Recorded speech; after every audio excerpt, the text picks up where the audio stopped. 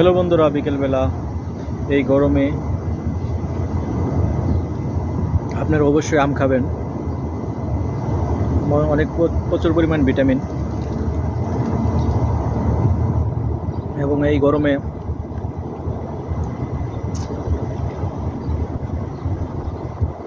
আম অনেক পুষ্টিকর এবং রসালো খাবার, রসালো ফল, যা খেলে শরীরের পানি শূন্যতা দূর করে এবং শরীরে অনেক পুষ্টি যোগায়। তাই বাৎসরিক ফল হিসাবে প্রচুর পরিমাণ আম খাবেন।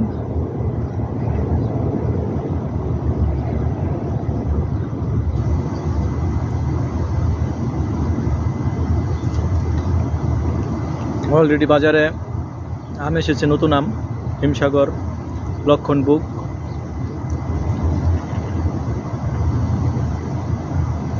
রাজশাহীর অনেক আম ভালো ভালো মিষ্টি। তো আম, কাঁঠাল এই বৈশাখ জ্যৈষ্ঠ মাসে বেশি বেশি খাওয়ার চেষ্টা করবেন।